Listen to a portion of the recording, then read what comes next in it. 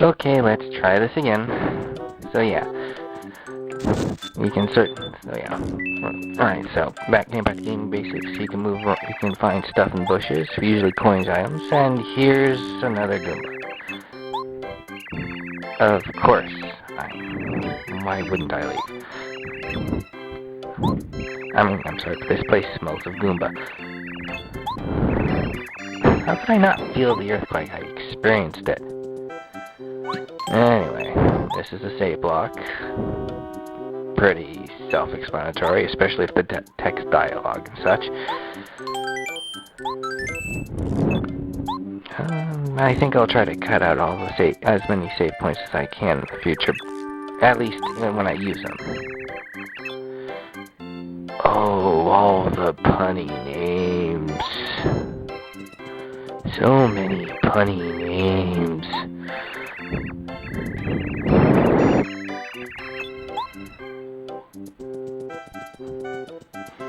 Anywho, this here square area there, we'll talk more about that later.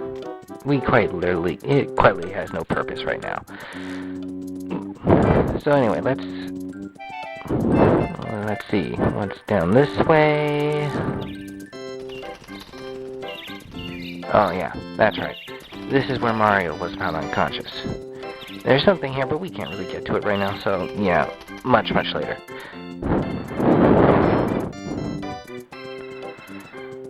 FYI, did you know that originally in the original Mario games in Japan, the Goombas were originally called Kribos? Which is interesting when you think about it. It's like in a Yu-Gi-Oh card game, you're practically playing Goombas as your cannon fodder, which actually doesn't really change a whole lot of anything. Either way, they get curb stomped. So yeah, let's get things moving by talking to this guy.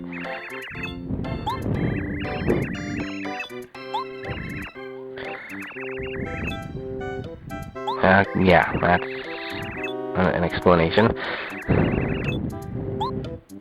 Fixing the veranda. How is he fixing the veranda? I mean, what's he using? What? How is... Okay, whatever. Now we've done that, get this guy. So now we can actually leave. So yeah, let's get to talk to Goomba, to the Goomba, and see if we can get out of here.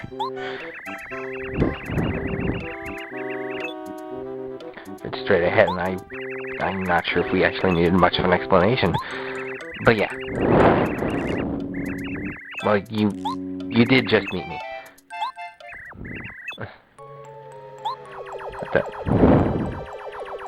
It's a bird. It's a plane. It's an old hag on a broom.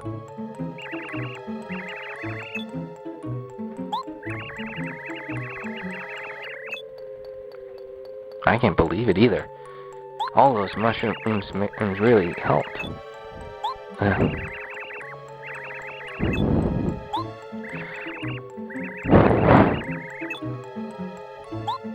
It's the weird part that got her?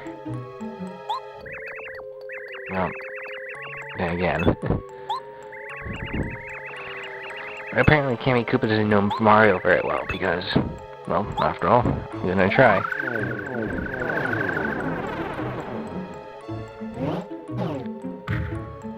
Oh!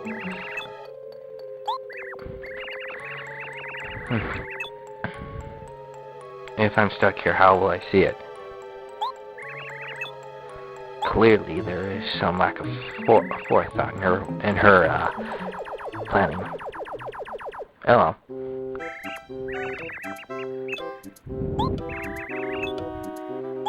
Gate. Well, the interesting thing is, if you look at the block, you can actually see that there's actually some space. So why can't we go around it?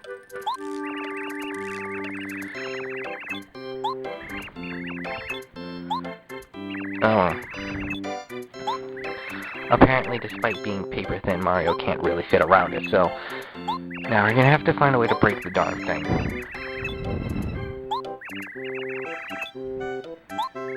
Wait, the Goomba's using a hammer to fix the veranda? How is he holding on to it? I mean, last I checked, they don't have arms. I mean, how would he... That is... You know what, never mind. Huh, there seems to be something missing. Oh, crap. No!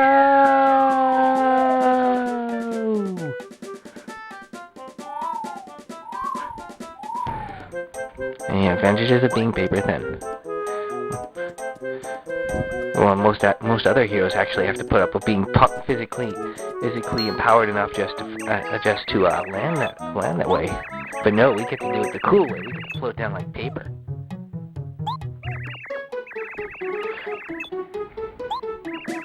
Yeah, that's pretty much how it happened. Yeah. And here we have another one. Well, yeah, no, well, obviously it shouldn't be there. Now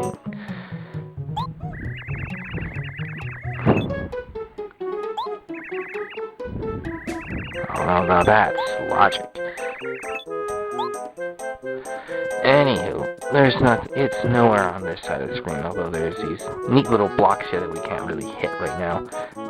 Well, not until we get the aforementioned hammer, so let's go over here. And there's the spin attack. Well, it will, obviously. So now we get to search the bushes. Once again, like I said, plenty of stuff hidden in these bushes. Mostly coins, the currency of the Paper Mario game. And that one was empty, waste of time. These blocks, well, that one was a waste of time too. But some of them, oh, and there's the hammer. I guess I gotta put a little more forethought into all this commentary thing. Oh, well. Now we got this hammer, so now we can give things concussions. And break blocks, that too.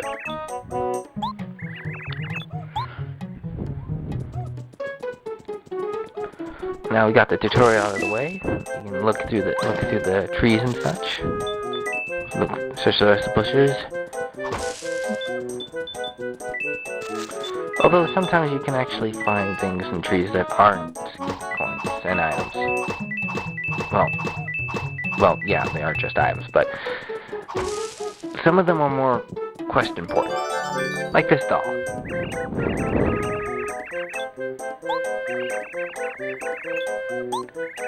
She lost it. How did she lose it here?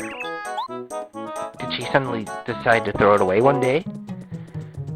And how would she even throw it away in the first place? Ah, well. Now that we've demonstrated the power of the almighty wooden concussion bringer, save here, and try to leave this place.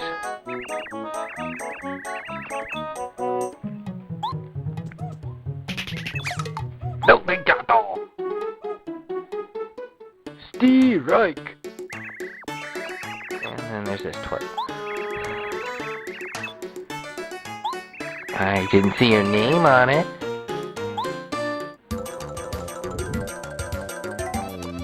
And so here's our first real quote-unquote boss battle.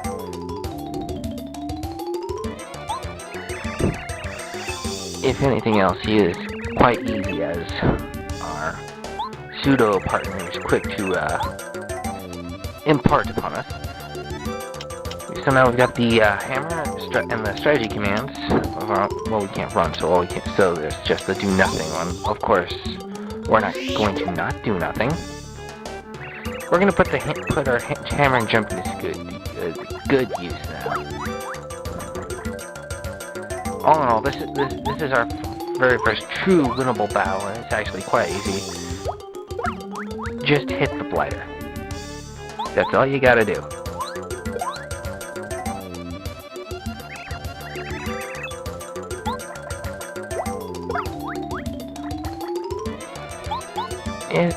There's really nothing to it. you'll just be trading blows with each other like this, doing 1 damage until he does his special attack, which is really nothing more than just adding an extra point of damage to his attacks. But if all you do is hit him throughout the battle, then, well, it's an easy victory. And now we got the star points. It's the facsimile for experience for this game. As Goomba or Koopa or whatever his name is imparting upon us, you get 100 of those, you level up. And you can either level up your hit points, your badge points, which we'll explain later, and your flower points, which will also be explained later.